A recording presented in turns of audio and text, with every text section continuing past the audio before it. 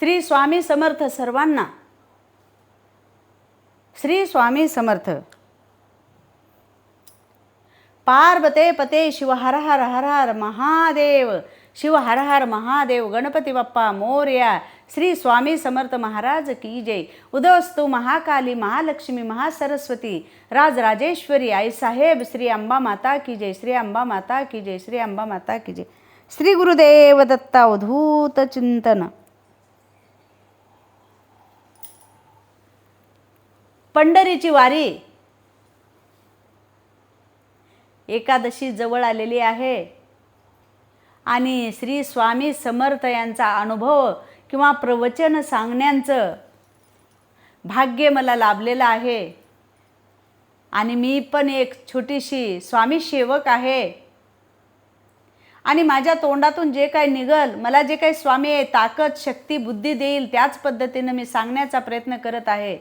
मला जेवढं काही समजल तेवढं मी सांगत आहे. सर्वांनी जे काही आवडलं ते घ्यावं आणि जे चुकीचं आहे ते माझ्या पदरात टाकावं. स्वामी आईनं जे मला सांगण्याची बुद्धी दिली तेवढंच मी सांगत आहे. तर पंढरीची वारी शिवहार शंकर नमामि शंकर शिवशंकर शंभो. हे गिरिजापती भवानी शंकर शिवशंकर शंभो. भोळा शंकर शिव भोळा चक्रवर्ती महादेव हरी महादेव हरी असे अनेक अभंग रचलेले आहेत. आणि पंढरपूरची वारी चालू आहे. पंढरपूरची वारी चालू असताना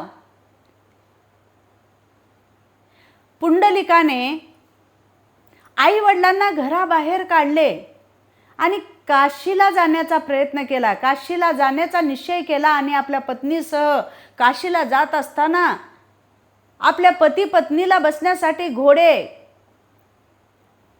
घोड्याचा बंदोबस्त केला की आपण घोड्यावर घोडा गाडीमधून आपण काशीला जायचं, तीर्थयात्रा करून यायची. आणि आई वडिलांना मात्र लात मारून बाहेर काढून दार बंद करून घेतलेला पुंडलिक आणि आई वडील धक्के खात खात काशी यात्रा करण्यासाठी निघाले. आणि ज्या वेळेला घोड्यावरून हे निघाले, आई वडील पायी पायी चालत असताना खूप दिवस लागतात. चालत चालत काशी यात्रा करायला निघाले. डोळे निघून गेले आणि पुंडलिकाची कथा मी तुम्हाला सांगितलेली आहे. डोळ्याने आंधळे झाले आई वडील आणि भीक मागत मागत पुढे काशीला निघाले. आणि हा मात्र काही दिवस आई वडिलांना बाहेर घातल्यानंतर पुंडलिक आणि पुंडलिकाची पत्नी काशीला निघाले घोड्यावर स्वार होऊन. आणि घोड्यावरून जात असताना आई वडिलांची भेट झाली. आणि आई वडिलांची भेट झाली कशी, तर पुंडलिकाची कथा वेगळी. आणि हा प्रसंग असा आहे की बाबा हे पुंडलिकाचं सांगितल्याशिवाय पुढली आषाढी वारीची कथा सांगण्याचा प्रसंगच येत नाही. म्हणून आई वडील काशीला गेले, आंधळे झाले, भीक मागून खायला लागले. आणि पुंडलिक ज्या वेळेला काशीला निघाला त्यावेळेला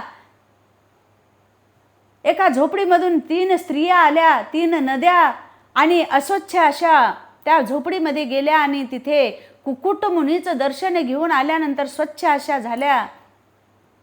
आणि हे पाहून पुंडलिक तिथेच थांबला. आपल्या पत्नीला कुठं सोडलं याचं सुद्धा भान न ठेवता आई वडिलांचा शोध घेण्यासाठी निघाले. आणि आई वडिलाला घेऊन आई वडिलाची सेवा करत बसत असताना पांडुरंग परमात्मा ब्रह्मांड नायक त्या ठिकाणी आले. आणि पुंडलिका हे बघ मी इथं आलेला आहे असं म्हणल्यानंतर पुंडलिकाने सांगितले, मला तुम्हाला बोलण्यासाठी वेळ नाही. आणि आपल्या हाताला एक वीट लागली आणि ती वीट फेकल्यानंतर या विटेवर थांबा आणि माझी सेवा झाल्यानंतर मी तुम्हाला बोलेन असं म्हणल्यानंतर त्या विटेवर पांडुरंग थांबले. आणि हे थांबलेली इथपर्यंत पुंडलिकाची कथा आली. आणि थांबलेली वार्ता पसरली आणि ही वार्ता गेली कैलासामध्ये. ज्या वेळेला महादेव पार्वती या दोघांचा संवाद चालू होता. प्रश्न आणि उत्तर, प्रश्न आणि उत्तर. पार्वती माता प्रश्न करायची आणि शंकर, माझा भोळा शंकर, त्याला हसून उत्तर द्यायचे. प्रत्येक प्रश्नाचं उत्तर भोळा शंकर द्यायचं. असं करत असताना त्यांच्या कानावर ही गोष्ट गेली की बाबा पुंडलिकाने वीट फेकली आणि माझा सखा, माझा प्राणनाथ, हरी आणि हार याच्यामध्ये भेद नसलेले स्वतः पांडुरंग परमात्मा एका विटेवर उभा आहे. बातमी कळाल्याबरोबर महादेव ताडकन उठले. श्री शंकर, भोळा शंकर ताडकन उठले आणि निघाले पंढरपूरला. पंढरपूरला निघाले. हे सर्व स्वामी भक्तांना त्यावेळेपासून ही पहिली पंढरीची वारी चालू झाली. अगोदर पंढरीची वारी नव्हती. ज्या वेळेला पुंडलिकाने आईवडिलाची सेवा करून विटेवर थांबायला सांगितले परमात्मा पांडुरंगाला, तेव्हापासून ही वारी चालू झाली. आणि पहिली वारी कोण चालू केलं म्हणजे माझ्या भोळ्या शंकराने चालू केले. आणि भोळा शंकर ताडकन उठून पंढरपूरच्या दिशेने निघाले असता पार्वती माता विचारायला लागली, मी तुम्हाला प्रश्न विचारते आणि तुम्ही उत्तर देत असताना ताडकन उठून कुठे निघालात असं विचारलं असता भोळ्या शंकराने उत्तर दिले की बाबा हे सती, मी चाललो आता, मी पांडुरंगाच्या भेटीसाठी निघालेला आहे. माझा प्राणनाथ तिथं आहे आणि मी त्यांच्या भेटीसाठी चाललेला आहे आणि त्यांनी विठेवर थांबलेले आहेत, म्हणून मला तिथे जाणे गरजेचं आहे. असं म्हणल्यानंतर पार्वती म्हणायला लागली, सती म्हणते की बाबा मी सुद्धा तुमच्या सोबत येणार. भोळ्या शंकरांनी पार्वतीला सोबत घेतले. पुढे गेल्यानंतर गणेश आले आणि दोघांना वंदन केले आणि सांगितलं आपण कुठे निघालात. महादेवानी पार्वतीने सांगितले आम्ही पंढरपूरच्या यात्रेला निघाले, पायी वारीला निघालेले आहे. असं म्हणल्यानंतर गणपती म्हणले मी पण येणार. चला, गणपतीला सुद्धा सोबत घेतले. महादेव, पार्वती, गणपती हे तिघ जण झाले आणि तिघांनी नंदीवर स्वार होऊन निघाले. आणि ज्या वेळेला पंढरपूरच्या वाटेला लागले त्यावेळेला महादेव शंकर नंदीवरून खाली उतरून पाय पाय चालायला लागले. अनवाणी पायाने वारी करायची. पंढरपूरला जायचं आणि पंढरीनाथाला भेटायचंय म्हणून ते पाय पाय चालत असताना अनेक वारकरी सुद्धा निघाले. भरपूर वारकरी पंढरपूरच्या यात्रेसाठी निघाले. परंतु सर्वात पहिल्यांदा पंढरपूरच्या वारीला कोण गेलं म्हणजे श्री शंकर महादेव ही वारीला गेली. आणि जात असताना करमाळा या गावी करमाळ्याला थांबण्यात आलं. आणि त्या करमाळ्याला थांबल्या असता खूप गर्दी, खूप वारकरी, खूप भक्त तिथं वारीसाठी निघालेले होते. आणि खूप गर्दीमध्ये सतीला वाटलं की बाबा आता पुढं जाणं आपलं शक्य नाही. असं समजून महादेवाच्या चेहऱ्याकडे पाहिलं आणि नमस्कार केला आणि महादेवाला सांगितलं मी आता इथेच थांबन. असं म्हणल्यानंतर महादेवाने त्यांना परवानगी दिली आणि इथंच थांबायला. आणि भक्तांनो, आज सुद्धा तुम्हाला पाहायला मिळेल करमाळा या ठिकाणी कमलेश्वरी देवीचं मंदिर आहे. आणि ती कमला माता म्हणजे साक्षात सती पार्वती माता आहे. आणि महादेवाने त्या करमाळ्यामध्ये पार्वतीला सोडले. आणि पार्वतीला सोडून गणपती आणि नंदीला घेऊन चालायला लागले. चालत चालत जात असताना खूप वारकऱ्याची गर्दी दाटली. भरपूर अशी गर्दी झाली आणि पंढरपूरला आले. पंढरपूरला आल्यानंतर ज्या ठिकाणी महाद्वार लागतं, महाद्वाराच्या ठिकाणी एक मारुतीचं मंदिर, त्या ठिकाणी मारुती साक्षात उभा असलेला. आणि खूप गर्दी. आता पुढे या नंदीला कसं घेऊन जायचं हे विचार महादेवाला पडला. आणि महादेवानं सांगितलं, मारुती रायाला सांगितलं की हे मारुती राया, हे बजरंग बली, हे तुझ्यापाशी माझ्या नंदीला थांबून घे.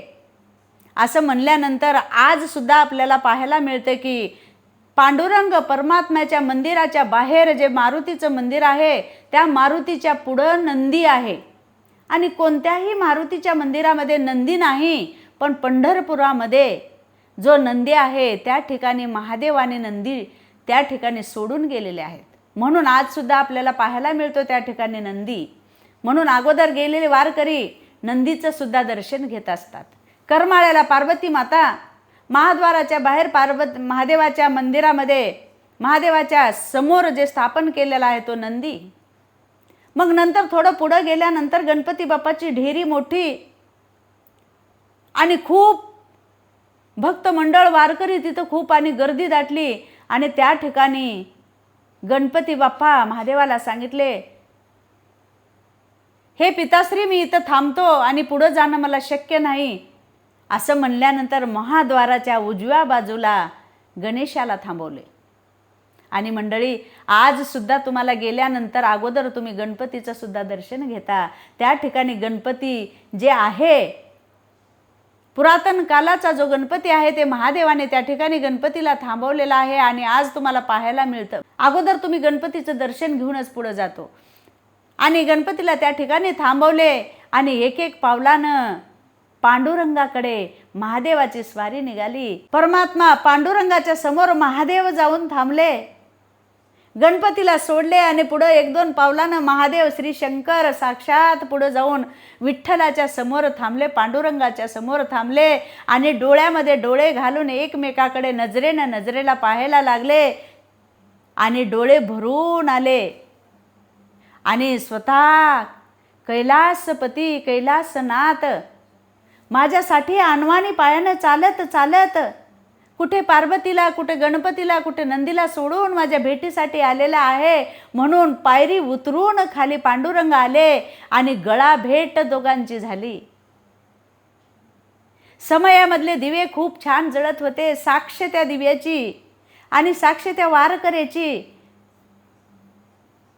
एवढ्या वारकऱ्याच्या मध्ये एकाला सुद्धा दिसेनासे दोघांची भेट, मनातल्या मनात त्यांचं बोलणं हे चालू झाल्यानंतर कंठ दाटून आले दोघांचे पण. आणि हे परमात्मा पांडुरंगा तू विठेवर थांबलास म्हणून मी तुझ्यासाठी अनवाणी पायानं तुला भेटण्यासाठी इथं आलेला आहे. असं दोघांना हे एकमेकाचे बोलणे एकमेकाला समजले आणि कितीतरी शुद्ध अंतकरणानं दोघांची भेट झाली.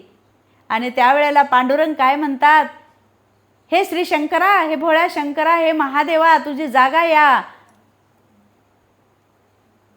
तुझी जागा या माझ्या भेटीमध्ये नाही, तुझी जागा माझ्या हृदयामध्ये नव्हे नव्हे तर तुझी जागा माझ्या मस्तकावरती आहे. असं समजून श्री शंकराला उचलून घेऊन आपल्या डोक्यावर ठेवून घेतले. आणि आज सुद्धा मंडळी वारकरी सगळ्यांना मी सांगते हात जोडून, आज सुद्धा श्री विठ्ठलाच्या मस्तकावर श्री शंकर आहेत आणि त्यांचं सुद्धा तुम्ही दर्शन घेतो. आपण आज सुद्धा श्री शंकराचं दर्शन घेत आहोत आणि आपण सुद्धा बघायला गेलो तर आज सुद्धा आपल्याला श्री शंकर पांडुरंगाच्या मस्तकावर आहेत आणि पहिली वारी केलेले सुद्धा श्री शंकरच आहेत. आणि असा निर्मळ भाव एकमेकाचा आहेत. देव हे दोन नाहीत, हरी आणि हार इथं भेद नाही आणि देवानं कुठल्याच पद्धतीचा भेद केलेला नाही. एकमेकाला भेटून डोळ्यामध्ये अश्रू आणलेले हे देव आहेत. फक्त अवतार घेतलेले आहेत भक्तांसाठी. आपण कशाला तरी काही म्हणत बसायचं आणि पांडुरंगाचं नाव घ्यायचं, श्री शंकराचं नाव घ्यायचं. शिवभोळा चक्रवर्ती, शिवभोळा चक्रवर्ती विठ्ठल पांडुरंगाचं दर्शन घ्यायचं. पार्वती मातेचं, करमाळेला जे माता आहे त्या पार्वती मातेचं दर्शन घ्यायचं, गणपतीचं घ्यायचं, नंदीचं घ्यायचं आणि पांडुरंगाच्या चरणी लीन व्हायचं. पांडुरंगाला साष्टांग दंडवत घ्यायचं. श्री स्वामी समर्थ, श्री स्वामी समर्थ. हर हर महादेव, हर हर महादेव.